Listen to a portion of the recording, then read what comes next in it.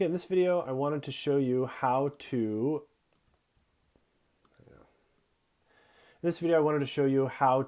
annotate on a video and some other things you can do. So if you're in an assignment, you can click on one of these videos, for example, and it will automatically start playing as soon, or excuse me, it won't start playing is what I meant to say.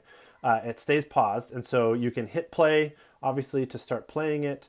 You can scroll down here, but you'll also notice if there's annotations already on it, you'll actually see, and you'll see my own annotations here.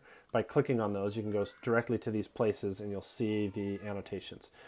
One of the other things that you can do is click on, as I mentioned in a video for Canvas, you can actually come down here to the speed, and you can increase the speed. So this, again, this may be something that you want to do as you're trying to get through the video a little bit quicker. So you'll click on the little gear icon and you can change the speed setting to whatever works best for you.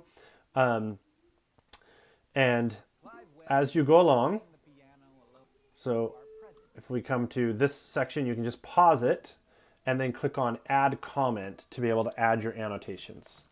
Okay, so it's really simple to use the video function. Just wherever you get to a point, make sure you pause the video and then click on Add Comment. And that's it for the video annotations.